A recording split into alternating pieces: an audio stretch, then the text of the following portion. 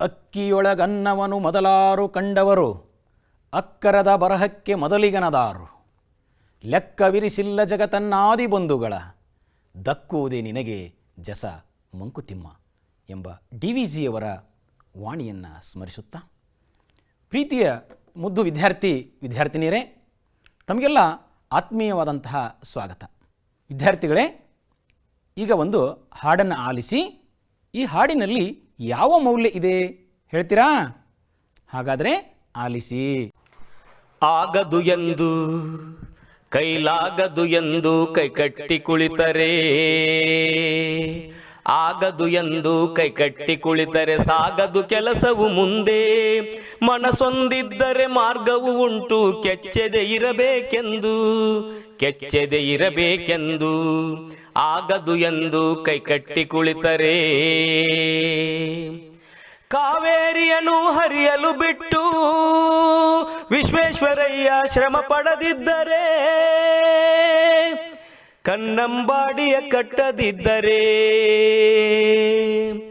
ಕಾವೇರಿಯನ್ನು ಹರಿಯಲು ಬಿಟ್ಟು ವಿಶ್ವೇಶ್ವರಯ್ಯ ಶ್ರಮ ಪಡದಿದ್ದರೆ, ಕನ್ನಂಬಾಡಿಯ ಕಟ್ಟದಿದ್ದರೆ.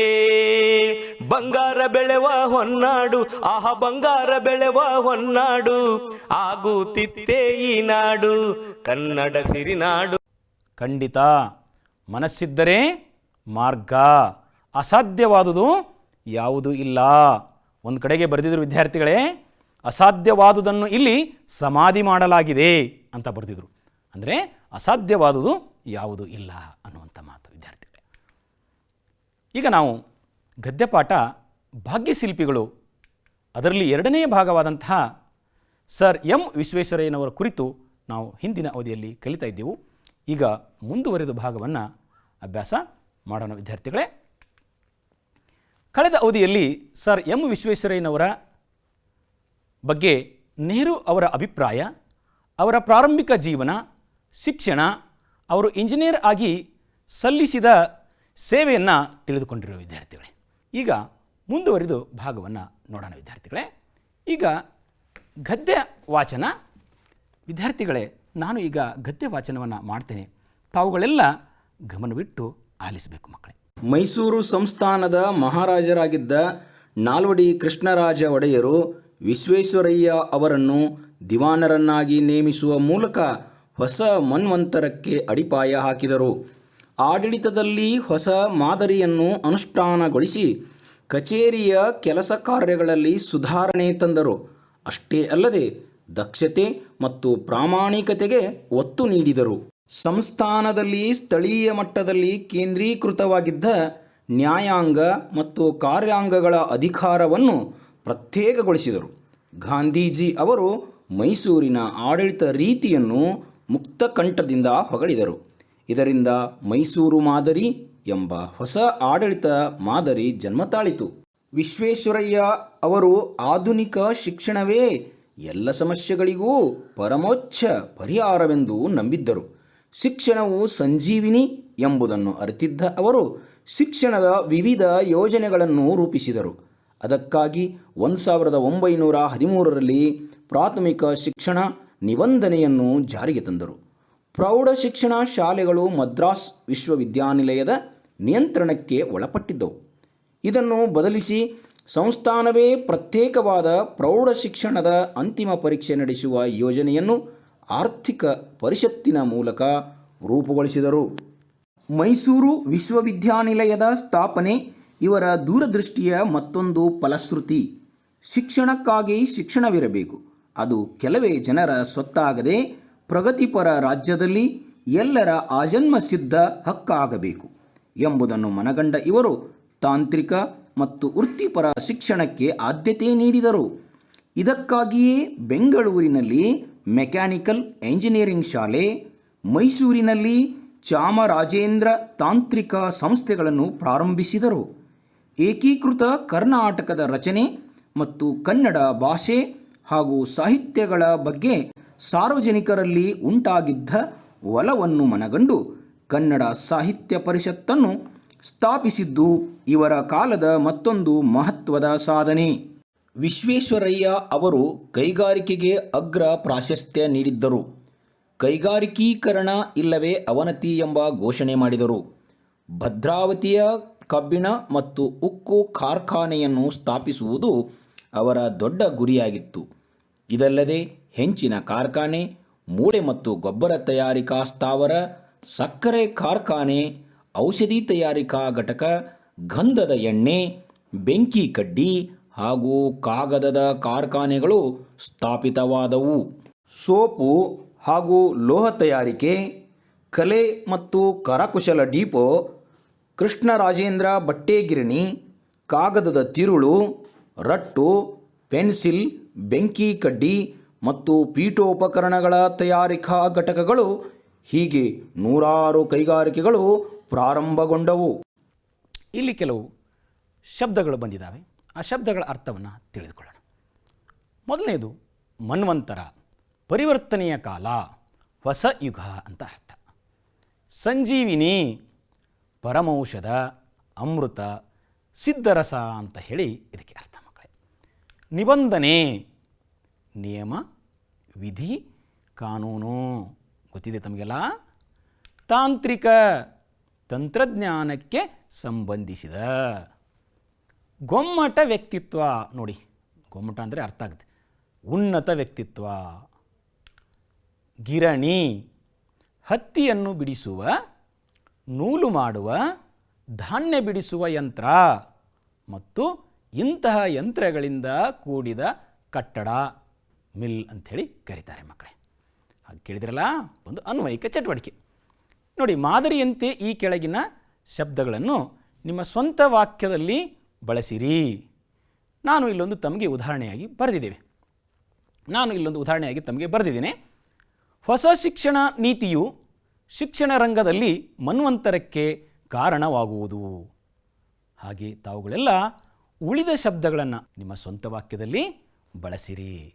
ನಾಲ್ವಡಿ ಕೃಷ್ಣರಾಜ ಒಡೆಯರು ಆಡಳಿತಾತ್ಮಕವಾಗಿ ಅನೇಕ ಬದಲಾವಣೆಗಳನ್ನು ಜಾರಿಗೆ ತರುತ್ತಾರೆ. ವಿಶ್ವೇಶ್ವರಯ್ಯನವರಲ್ಲಿರುವ ಪ್ರಾಮಾಣಿಕತೆ, ದಕ್ಷತೆ ಹಾಗೂ ಸೇವಾ ಮನೋಭಾವ ಹಾಗೂ ಜನಪರ ಅಭಿವೃದ್ಧಿ ಕಾರ್ಯಗಳನ್ನು ಮೆಚ್ಚಿರುವಂಥ ನಾಲ್ವಡಿ ಕೃಷ್ಣರಾಜ ಒಡೆಯರು ಅವರನ್ನು ಮೈಸೂರಿನ ದಿವಾನರನ್ನಾಗಿ ನೇಮಿಸುವ ಮೂಲಕ ಒಂದು ಹೊಸ ಮನ್ವಂತರಕ್ಕೆ ಅಡಿಪಾಯವನ್ನು ಹಾಕುತ್ತಾರೆ. ಆಡಳಿತದಲ್ಲಿ ಕೂಡ ಹೊಸ ಮಾದರಿಯನ್ನು ಕೂಡ ಅನುಷ್ಠಾನ ತರ್ತಾರೆ. ಕಚೇರಿ ಕೆಲಸ ಕಾರ್ಯಗಳಲ್ಲಿ ಸುಧಾರಣೆಯನ್ನು ತರ್ತಾರೆ. ಅಷ್ಟೇ ಅಲ್ಲದೆ ದಕ್ಷತೆ ಮತ್ತು ಪ್ರಾಮಾಣಿಕತೆಯು ಕೂಡ ಇವರು ಒತ್ತು ನೀಡ್ತಾರೆ. ಸಂಸ್ಥಾನದಲ್ಲಿ ನ್ಯಾಯಾಂಗ ಮತ್ತು ಕಾರ್ಯಾಂಗಗಳು ಕೇಂದ್ರೀಕೃತವಾಗಿರ್ತವೆ. ಇದರಿಂದ ಸ್ವತಂತ್ರವಾಗಿ ಕಾರ್ಯವನ್ನು ನಿರ್ವಹಿಸಲಿಕ್ಕೆ ತೊಂದರೆಯಾಗಿರುತ್ತೆ. ಇವುಗಳನ್ನು ಪ್ರತ್ಯೇಕಗೊಳಿಸ್ತಾರೆ. ಈ ರೀತಿಯಾದಂಥ ಆಡಳಿತದಲ್ಲಿ ಆದ ಬದಲಾವಣೆಯನ್ನು ಗಮನಿಸಿದಂತಹ ಗಾಂಧೀಜಿಯವರು ಈ ಒಂದು ಮೈಸೂರಿನ ಆಡಳಿತ ರೀತಿಯನ್ನು ಮುಕ್ತಕಂಠದಿಂದ ಹೊಗಳ್ತಾರೆ. ಹೀಗಾಗಿ ಒಟ್ಟಾರೆ ಮೈಸೂರು ಮಾದರಿ ಎಂಬಂಥ ಹೊಸ ಆಡಳಿತ ಜನ್ಮ ತಾಳ್ತೈತಿ.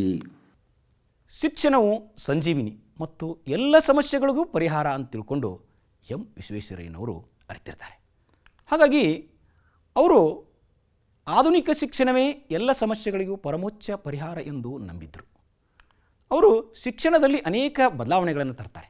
1913ರಲ್ಲಿ ಪ್ರಾಥಮಿಕ ಶಿಕ್ಷಣ ನಿಬಂಧನೆಯನ್ನು ಜಾರಿಗೆ ತಂದರು. ಹಾಗೆ ಅವರು ಪ್ರೌಢಶಿಕ್ಷಣವನ್ನು ಕೂಡ ಮದ್ರಾಸ್ ವಿಶ್ವವಿದ್ಯಾನಿಲಯದ ನಿಯಂತ್ರಣದಿಂದ ಬದಲಿಸಿ ಸಂಸ್ಥಾನವೇ ಪ್ರೌಢಶಿಕ್ಷಣದ ಅಂತಿಮ ಪರೀಕ್ಷೆ ನಡೆಸುವ ಯೋಜನೆಯನ್ನು ಆರ್ಥಿಕ ಪರಿಷತ್ತಿನ ಮೂಲಕ ಇದನ್ನು ರೂಪಿಸ್ತಾರೆ. ನೋಡಿ, ಇಂದು ನಾವು ಕಾಣ್ತಾ ಇದ್ದೇವಲ್ಲ, ಪ್ರೌಢಶಿಕ್ಷಣ ಪರೀಕ್ಷಾ ಮಂಡಳಿ, ಅದು ಹಿಂದಿನಿಂದಲೂ ಕೂಡ ಬಂದಿರುವಂಥದ್ದು.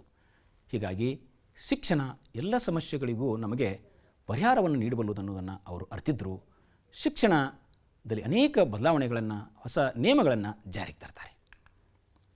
ಶಿಕ್ಷಣಕ್ಕಾಗಿ ಶಿಕ್ಷಣ ಎಲ್ಲ ಜನರ ಆಜನ್ಮ ಸಿದ್ಧ ಹಕ್ಕಾಗಬೇಕು ಅಂತ ತಿಳ್ಕೊಂಡು, ಇದು ಪ್ರಗತಿಪರ ರಾಜ್ಯದಲ್ಲಿ ಎಲ್ಲರ ಆಜನ್ಮ ಸಿದ್ಧ ಹಕ್ಕಾಗಬೇಕು ಅನ್ನುವಂಥದ್ದನ್ನು ಇವರು ಮನಗಂಡಿದ್ದರು. ಹಾಗಾಗಿ ಮೈಸೂರು ವಿಶ್ವವಿದ್ಯಾನಿಲಯದ ಸ್ಥಾಪನೆಯನ್ನು ಇವರು ಮಾಡ್ತಾರೆ. ಇದೊಂದು ರೀತಿಯ ದೊಡ್ಡ ಬದಲಾವಣೆ.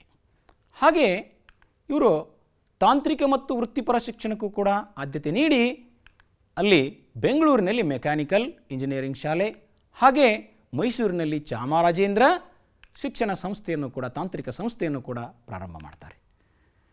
ಕನ್ನಡ ಸಾಹಿತ್ಯದ ಬಗ್ಗೆ ಒಲವು ಹೊಂದಿದಂಥ ಇವರು ಕನ್ನಡ ಸಾಹಿತ್ಯ ಪರಿಷತ್ತನ್ನು ಕೂಡ ಇವರು ಸ್ಥಾಪಿಸ್ತಾರೆ.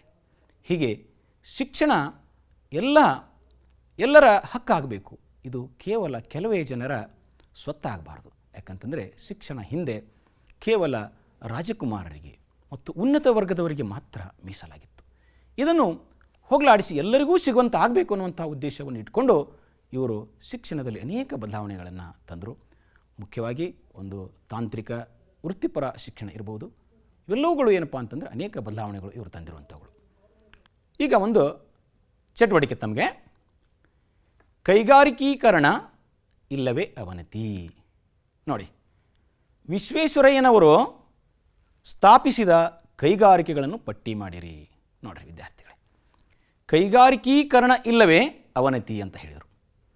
ಕೃಷಿ ವಲಯ ಇದು ಪ್ರಥಮ ಆದ್ಯತಾ ವಲಯ, ಪ್ರಥಮ ವಲಯ.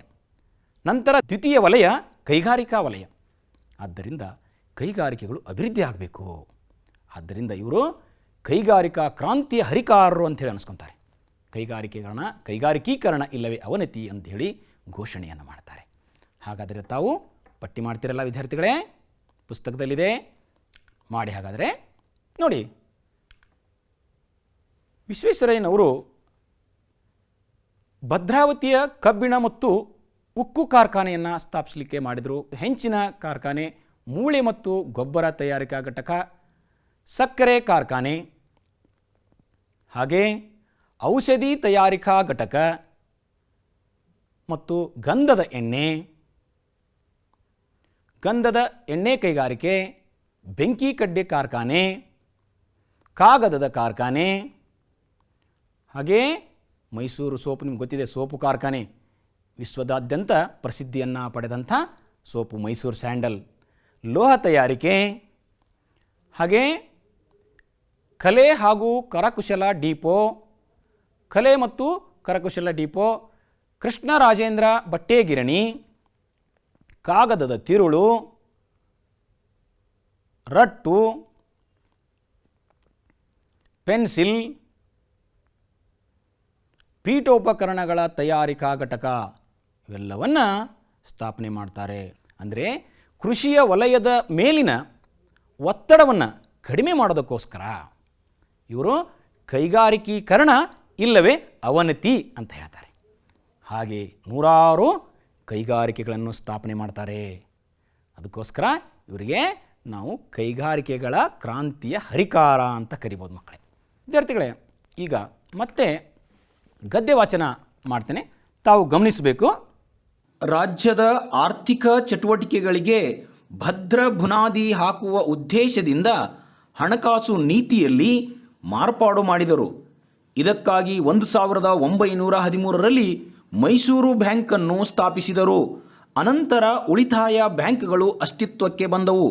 ಕೈಗಾರಿಕೆಗಳ ಅಭಿವೃದ್ಧಿಗೆ ಫೀಡರ್ ಬ್ಯಾಂಕ್ ಹಾಗೂ ಕೈಗಾರಿಕಾ ಹೂಡಿಕೆ ಮತ್ತು ಅಭಿವೃದ್ಧಿ ನಿಧಿಗಳು ರಚಿತಗೊಂಡವು. ಸಾರ್ವಜನಿಕ ಜೀವ ವಿಮಾ ಯೋಜನೆ ಜಾರಿಗೆ ತಂದರು. ರೈತರಿಗೆ ಹಾಗೂ ಕರಕುಶಲ ಕೆಲಸಗಾರರಿಗೆ ಸಾಲದ ಸೌಲಭ್ಯ ನೀಡಲು ಸಹಕಾರಿ ಕ್ಷೇತ್ರವನ್ನು ಬಲವರ್ಧನೆಗೊಳಿಸಿದರು. ಪ್ರಾಂತೀಯ ಸಹಕಾರಿ ಬ್ಯಾಂಕ್ಗಳನ್ನು ಸ್ಥಾಪಿಸಿದರು. ರಾಜ್ಯದ ಆಸ್ತಿಯನ್ನು ಹೆಚ್ಚಿಸಿ ಆದಾಯ ತರುವುದರ ಮೂಲಕ ಅಭಿವೃದ್ಧಿ ಕಾರ್ಯಗಳ ಪ್ರಭಾವವನ್ನು ಅಳೆಯಲು ಅನುಕೂಲವಾಗುವಂತೆ ಆಯವ್ಯಯದಲ್ಲಿ ಹೊಸ ದೃಷ್ಟಿಕೋನವನ್ನು ಕಂಡುಕೊಂಡರು. ಗೊಮ್ಮಟ ವ್ಯಕ್ತಿತ್ವದ ದಾರ್ಶನಿಕ ನೇತಾರರಾಗಿ ಆಡುಮುಟ್ಟದ ಸೊಪ್ಪಿಲ್ಲ ಎಂಬ ಗಾದೆ ಮಾತಿನಂತೆ ಬೆಳೆದ ವಿಶ್ವೇಶ್ವರಯ್ಯ ಅವರಿಗೆ ಬ್ರಿಟಿಷ್ ಸರ್ಕಾರ ಸರ್ ಪದವಿಯನ್ನು ನೀಡಿ ಗೌರವಿಸಿತು. ಅವರ ಸಾಧನೆಯನ್ನು ಗುರುತಿಸಿ ಭಾರತ ಸರ್ಕಾರ ದೇಶದ ಅತ್ಯುನ್ನತ ಭಾರತ ರತ್ನ ಪ್ರಶಸ್ತಿಯನ್ನು ಸಲ್ಲಿಸಿತು. ದೇಶದ ಹಲವಾರು ಪ್ರತಿಷ್ಠಿತ ಸಂಸ್ಥೆ ಹಾಗೂ ವಿಶ್ವವಿದ್ಯಾನಿಲಯಗಳು ಸದಸ್ಯತ್ವ ಹಾಗೂ ಗೌರವ ಡಾಕ್ಟರೇಟ್ ಪದವಿಗಳನ್ನು ನೀಡಿ ಗೌರವಿಸಿದವು. ಮಹಾನ್ ಆಡಳಿತಗಾರರಾದ ಇವರ ಶತಮಾನೋತ್ಸವದ ಸವಿನೆನಪಿಗಾಗಿ ವಿಶೇಷ ಅಂಚೆ ಚೀಟಿ ಬಿಡುಗಡೆ ಮಾಡಲಾಯಿತು. ಮೈಸೂರು ಸಂಸ್ಥಾನದ ದಿವಾನ ಹುದ್ದೆಯಿಂದ ನಿವೃತ್ತಿಯಾದ ಅನಂತರವೂ ದೇಶ ಸೇವೆಯ ಪಥದಲ್ಲಿಯೇ ಸಾಗಿದರು. ವಿಶ್ವೇಶ್ವರಯ್ಯನವರು ಹಣಕಾಸು ನೀತಿಯಲ್ಲಿ ಮಾಡಿರುವಂಥ ಮಾರ್ಪಾಡುಗಳು ನೋಡಿ. ಈಗ ಕೃಷಿ ವಲಯ ಒಂದು ಕಡೆ ಇದೆ, ಇನ್ನೊಂದು ಕಡೆ ಕೈಗಾರಿಕಾ ವಲಯ ಇದೆ. ಇವು ಎರಡೂ ವಲಯಗಳು ಬೆಳಿಬೇಕಾದರೆ ಮುಖ್ಯವಾಗಿ ಹಣಕಾಸಿನಲ್ಲಿ ಭಾಳಷ್ಟು ಬದಲಾವಣೆಗಳಾಗಬೇಕಾಗಿತ್ತು. ಇವೆರಡೂ ವಲಯಗಳಿಗೆ ಹಣಕಾಸಿನ ನೆರವು ಸಿಗಬೇಕಾದ್ರೆ ಅನೇಕ ಒಂದು ಮಾರ್ಪಾಡುಗಳನ್ನು ಮಾಡುವಂಥ ಅವಶ್ಯಕತೆ ಇತ್ತು. ಹಾಗಾಗಿ ವಿಶ್ವೇಶ್ವರಯ್ಯನವರು ಹಣಕಾಸು ನೀತಿಯಲ್ಲಿ ಅನೇಕ ಬದಲಾವಣೆಗಳನ್ನು ಮಾಡ್ತಾರೆ.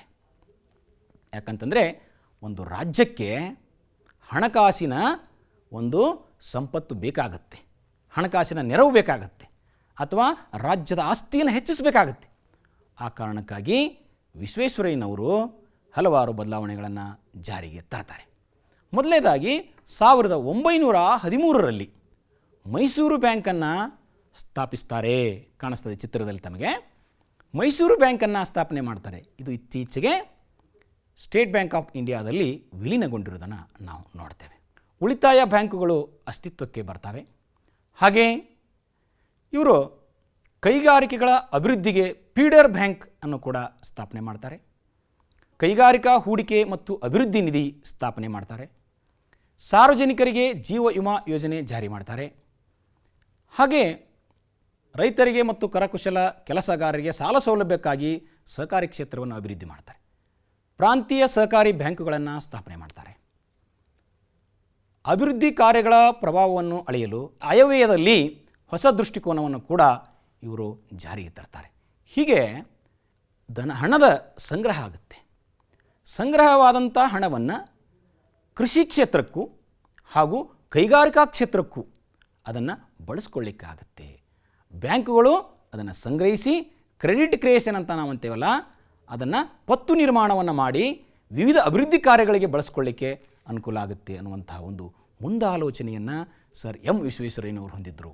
ಮುಂದೆ ನೋಡಿ ವಿದ್ಯಾರ್ಥಿಗಳೇ, ಗೊಮ್ಮಟ ವ್ಯಕ್ತಿತ್ವದ ದಾರ್ಶನಿಕ ನೇತಾರರು ಸರ್ ಎಂ ವಿಶ್ವೇಶ್ವರಯ್ಯನವರು. ನೋಡಿ, ನಿಮಗೆಲ್ಲ ಗೊತ್ತಿದೆ, ಒಂದು ಗಾದೆ ಮಾತಿನ ಅರ್ಧ ಭಾಗ ಇಲ್ಲಿದೆ.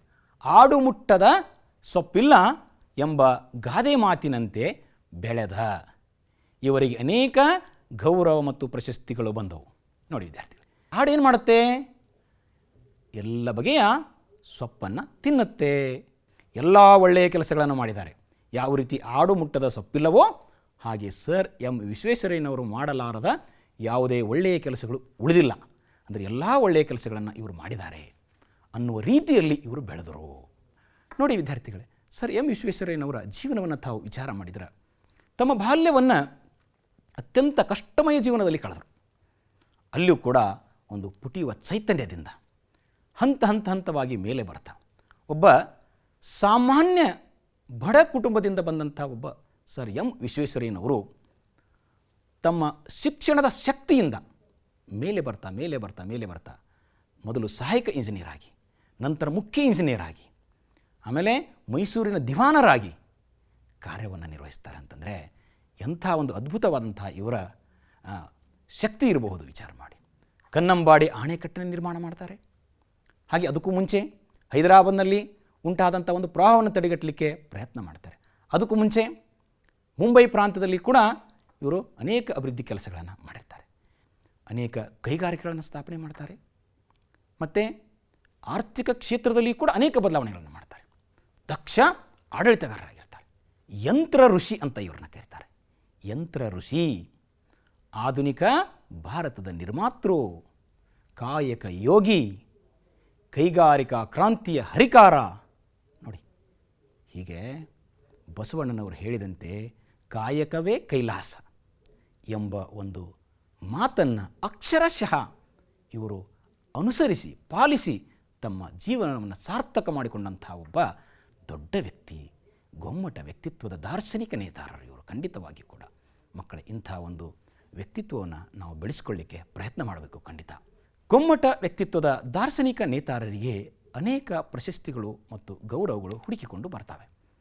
ಸರ್ ಎಂ ವಿಶ್ವೇಶ್ವರಯ್ಯನವರಿಗೆ ಬ್ರಿಟಿಷ್ ಸರ್ಕಾರ ಸರ್ ಪದವಿಯನ್ನು ನೀಡಿ ಗೌರವಿಸುತ್ತೆ.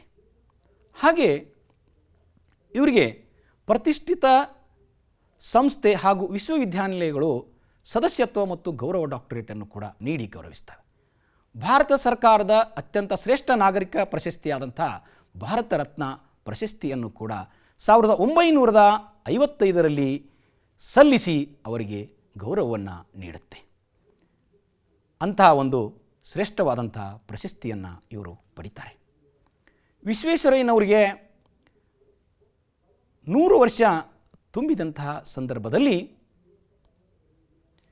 ಶತಮಾನೋತ್ಸವದ ಸವಿನೆನಪಿಗಾಗಿ ವಿಶೇಷ ಅಂಚೆ ಚೀಟಿ ಬಿಡುಗಡೆ ಮಾಡಲಾಗುತ್ತೆ. ಸೆಪ್ಟೆಂಬರ್ 15, 1960ರಂದು ಶತಮಾನೋತ್ಸವ ಅಭಿನಂದನಾ ಕಾರ್ಯಕ್ರಮವನ್ನು ಇವರಿಗೆ ಎಲ್ಲ ಕಡೆಗೂ ಹಮ್ಮಿಕೊಳ್ಳಲಾಗುತ್ತೆ. ಇದೇ ಸಂದರ್ಭದಲ್ಲಿ ಅವರಿಗೆ ಸರ್ MV ಅಭಿನಂದನಾ ಗ್ರಂಥ ಕೂಡ ಬಿಡುಗಡೆಯಾಗುತ್ತೆ. ಇವರು ಅನೇಕ ಕೃತಿಗಳನ್ನು ಬರೆದಿದ್ದಾರೆ. Reconstructing India, plan economy for India, memories of my working life, ಆತ್ಮಚರಿತ್ರೆ, ಹಾಗೂ nation building plan for India, ಹೀಗೆ ಕೃತಿಗಳನ್ನು ಬರೆದು 102 ವರ್ಷಗಳ ತುಂಬು ಜೀವನವನ್ನು ನಡೆಸ್ತಾರೆ. 1962ರಲ್ಲಿ ಏಲೋಕ ತ್ಯಜಿಸ್ತಾರೆ. ಅವರ ಹುಟ್ಟುಹಬ್ಬದ ಸವಿನೆನಪಿಗಾಗಿ ಇಂದಿಗೂ ಕೂಡ ಇಂಜಿನಿಯರ್ಸ್ ದಿನಾಚರಣೆಯನ್ನು ನಾವು ಆಚರಿಸ್ತೇವೆ. ವಿದ್ಯಾರ್ಥಿಗಳೇ, ಈ ಒಂದು ಅದ್ಭುತವಾದಂಥ ಶ್ರೇಷ್ಠವಾದಂಥ ವ್ಯಕ್ತಿಯ ಪರಿಚಯವನ್ನು ಮಾಡಿಕೊಂಡಿದ್ದೇವೆ. ಈಗ ವಿದ್ಯಾರ್ಥಿಗಳೇ, ಸಂಯೋಜಿತ ವಾಕ್ಯವನ್ನು ಕುರಿತು ಕಲಿಯೋಣ. ಹೋದ ಅವಧಿಯಲ್ಲಿ ನಾವು ಸಾಮಾನ್ಯ ವಾಕ್ಯ ಅಂದರೆ ಏನಂತ ತಿಳ್ಕೊಂಡಿದ್ದೇವೆ. ಗಾಂಧೀಜಿ ಅವರು ಮಗುವಿನಷ್ಟು ಮುಗ್ಧ ಮನದವರಾಗಿದ್ದರು, ಆದ್ದರಿಂದಲೇ ಅವರನ್ನು ಎಲ್ಲರೂ ಇಷ್ಟಪಡುತ್ತಿದ್ದರು. ನೋಡಿ, ಈ ವಾಕ್ಯದಲ್ಲಿ ಸ್ವತಂತ್ರ ವಾಕ್ಯಗಳಾಗಿ ನಿಲ್ಲಬಲ್ಲಂಥ ವಾಕ್ಯಗಳಿದ್ದಾವೆ. ಹಾಗೆ ಅವುಗಳನ್ನು ನಾವು ಆದ್ದರಿಂದಲೇ ಎಂಬಂಥ ಸಂಬಂಧಾರ್ಥಕ ಅವ್ಯಯದಿಂದ ಸಂಯೋಜನೆ ಮಾಡಿದ್ದೇವೆ, ಜೋಡಿಸಿದ್ದೇವೆ, ಸಂಯುಕ್ತವಾಗಿ ಮಾಡಿದ್ದೇವೆ. ಅದಕ್ಕೆ ಸಂಯುಕ್ತ ವಾಕ್ಯ ಕೂಡ ಅಂತ ಕರೀತಾರೆ. ಇನ್ನೊಂದು ವಾಕ್ಯ ನೋಡೋಣ. ಮಕ್ಕಳು ಕೊರೋನಾ ಹರಡುವಿಕೆಯಿಂದ ಶಾಲೆಗೆ ಬರುತ್ತಿರಲಿಲ್ಲ, ಆದ್ದರಿಂದ ಶಿಕ್ಷಕರು ಮಕ್ಕಳಿರುವಲ್ಲಿಗೆ ಹೋಗಿ ಮಾರ್ಗದರ್ಶನ ಮಾಡುತ್ತಿದ್ದರು. ನೋಡಿ, ಇಲ್ಲಿ ಕೂಡ 2 ವಾಕ್ಯಗಳಿದ್ದಾವೆ. ಇವು ಸ್ವತಂತ್ರ ವಾಕ್ಯಗಳಾಗಿ ನಿಲ್ಲಬಲ್ಲವು, ಆದರೆ ಪೂರ್ಣ ಅಭಿಪ್ರಾಯವನ್ನು ವ್ಯಕ್ತಪಡಿಸ್ತಾವೆ. ಅದನ್ನು ಸಂಯೋಜನೆ ಮಾಡಿದಾಗ ಆದ್ದರಿಂದ ಎಂಬಂತಹ ಒಂದು ಸಂಬಂಧಾರ್ಥಕ ಅವ್ಯಯವನ್ನು ಬಳಸಿದ್ದೇವೆ. ಇಲ್ಲಿ ವ್ಯಾಖ್ಯೆಯನ್ನು ನೋಡಿ. ಸ್ವತಂತ್ರ ವಾಕ್ಯಗಳಾಗಿ ನಿಲ್ಲಬಲ್ಲ ಅನೇಕ ಉಪವಾಕ್ಯಗಳೊಡನೆ ಒಂದು ಪೂರ್ಣಾಭಿಪ್ರಾಯದ ವಾಕ್ಯವಾಗಿದ್ದರೆ ಅದು ಸಂಯೋಜಿತ ವಾಕ್ಯವೆನ್ನಿಸುವುದು.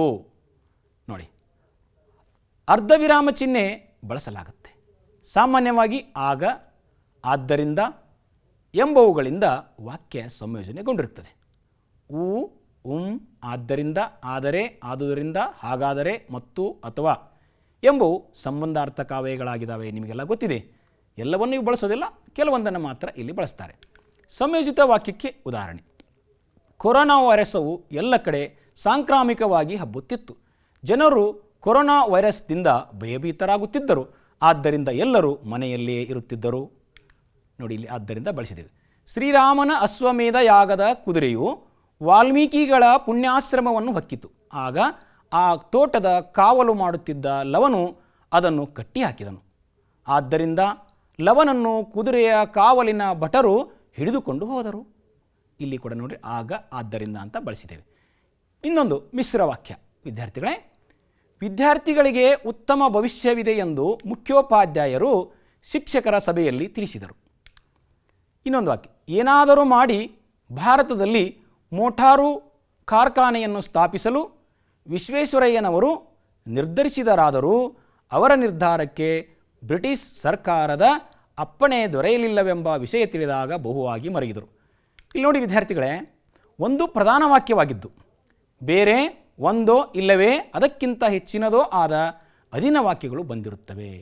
ನೋಡಿರಿ, ವಿದ್ಯಾರ್ಥಿಗಳಿಗೆ ಉತ್ತಮ ಭವಿಷ್ಯವಿದೆ ಎಂಬುದು ಇದು ಅಧೀನ ವಾಕ್ಯ. ಮುಖ್ಯೋಪಾಧ್ಯಾಯರು ಶಿಕ್ಷಕರ ಸಭೆಯಲ್ಲಿ ತಿಳಿಸಿದರು ಅನ್ನೋದು ಪ್ರಧಾನ ವಾಕ್ಯ. ಹಾಗಾಗಿ ಒಂದು ಬರ್ಬೋದು, ಒಂದಕ್ಕಿಂತ ಹೆಚ್ಚು ಅಧೀನ ವಾಕ್ಯಗಳು ಬರಬಹುದು. ಇಲ್ಲಿ ಮಿಶ್ರ ವಾಕ್ಯ ಅಂದರೆ ಏನು? ಒಂದು ಅಥವಾ ಅನೇಕ ವಾಕ್ಯಗಳು ಒಂದು ಪ್ರಧಾನ ವಾಕ್ಯಕ್ಕೆ ಅಧೀನಗಳಾಗಿದ್ದರೆ ಅಂಥ ವಾಕ್ಯವನ್ನು ಮಿಶ್ರ ವಾಕ್ಯವೆನ್ನುತ್ತೇವೆ. ಗೊತ್ತಾಯ್ತಲ್ಲ ವಿದ್ಯಾರ್ಥಿಗಳೇ? ಈಗ ಒಂದು ಚಟುವಟಿಕೆ. ಈ ಶಬ್ದಗಳನ್ನು ಗಮನಿಸಿ ಅವುಗಳ ಮುಂದೆ ಮತ್ತೆ ಬರೆಯಿರಿ. ಉದಾಹರಣೆಗೆ ಕೇಂದ್ರೀಕೃತ ಅಂತ ಇದೆ. ಈ ಶಬ್ದಗಳಿದಾವಲ್ಲ, ಇವುಗಳ ಇದ್ದ ಹಾಗೇ ಮತ್ತೆ ಬರೀಬೇಕು. ಇವುಗಳ ಪರಿಚಯ ತಮಗೆ ಆಗುತ್ತೆ. ಕೊಟ್ಟಿರುವ ಪದಗಳನ್ನು ಬಿಡಿಸಿ ಸಂಧಿಯ ಹೆಸರನ್ನು ತಿಳಿಸಿರಿ. ಉದಾಹರಣೆಗೆ ನೋಡಿ, ಶತಮಾನೋತ್ಸವ, ಶತಮಾನ ಪ್ಲಸ್ ಉತ್ಸವ, ಶತಮಾನೋತ್ಸವ ಗುಣಸಂಧಿ. ಹೀಗೆ ಉಳಿದ ಶಬ್ದಗಳನ್ನು ಕೂಡ ತಾವು ಬಿಡಿಸಿ ಬರಿಬೇಕು. ಇನ್ನೊಂದು ಚಟುವಟಿಕೆ ವಿದ್ಯಾರ್ಥಿಗಳಲ್ಲಿ, ಈ ಶಬ್ದಗಳನ್ನು ಪಾರ್ಸಿ, ಇಂಗ್ಲೀಷ್, ಹಿಂದೂಸ್ತಾನಿ ಇವುಗಳಲ್ಲಿ ಯಾವ ಭಾಷೆಯಿಂದ ಬಂದಿವೆ ಎಂದು ಗುರುತಿಸಿ ಬರೆಯಿರಿ. ಉದಾಹರಣೆಗಾಗಿ ಸ್ಯಾನಿಟರಿ ಅಂತ ಒಂದು ಶಬ್ದ, ಇದು ಇಂಗ್ಲೀಷ್ ಭಾಷೆಯಿಂದ ಬಂದಿದೆ. ಇನ್ನು ಉಳಿದ ಶಬ್ದಗಳನ್ನು ಕೂಡ ತಾವು ಬರಿಬೇಕು. ಬರಿತಿರಲ್ಲ ಜಾಣ ಮಕ್ಕಳು ತಾವೆಲ್ಲ. ನೋಡಿ, ಈ ಕೆಳಗಿನ ಪ್ರಶ್ನೆಗಳಿಗೆ ಉತ್ತರವನ್ನು ನಿಮ್ಮ ಸ್ನೇಹಿತರೊಂದಿಗೆ ಚರ್ಚಿಸಿ ಉತ್ತರ ಬರೆದು ನಿಮ್ಮ ಶಿಕ್ಷಕರಿಗೆ ತೋರಿಸಿರಿ.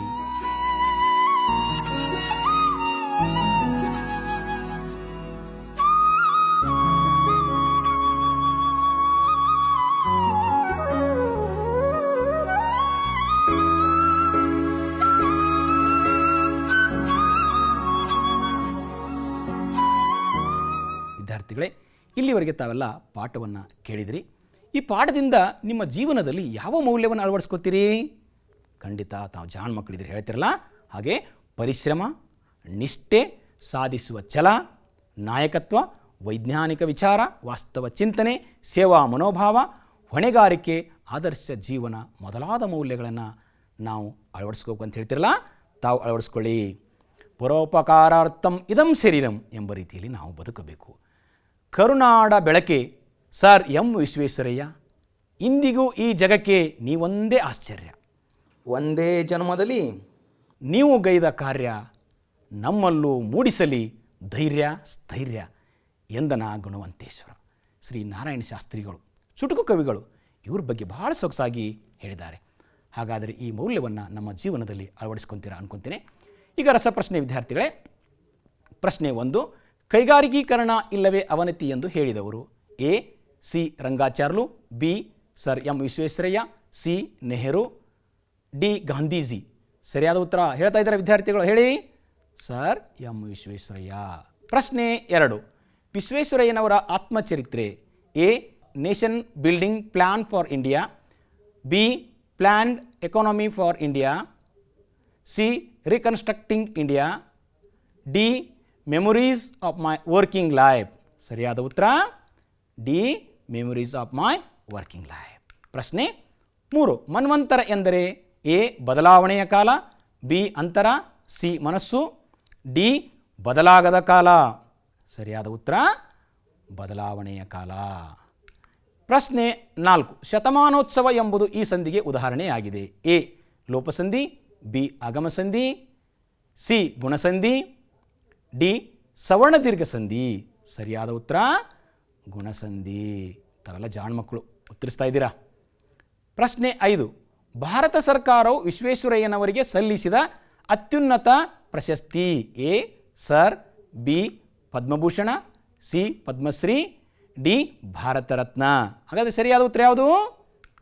ಭಾರತ ರತ್ನ. ಎಲ್ಲ ಜಾಣ ವಿದ್ಯಾರ್ಥಿಗಳು, ತಮಗೆ ಒಂದು ಗೃಹ ಕಾರ್ಯ. ವಿಶ್ವೇಶ್ವರಯ್ಯನವರು ಭಾರತ ಕಂಡ ಒಬ್ಬ ಶ್ರೇಷ್ಠ ಆದರ್ಶ ವ್ಯಕ್ತಿ ಎಂಬುದನ್ನು ನಿಮ್ಮ ಮಾತುಗಳಲ್ಲಿ ಬರೆಯಿರಿ. ತಾವೆಲ್ಲ ಜಾಣ ವಿದ್ಯಾರ್ಥಿಗಳು ಬರಿತೀರಾ. ಇಲ್ಲಿವರೆಗೆ ತಾವು ಪಾಠವನ್ನು ವೀಕ್ಷಿಸಿದ್ದಕ್ಕೆ ತಮಗೆ ತುಂಬು ಮನದ ಧನ್ಯವಾದಗಳು.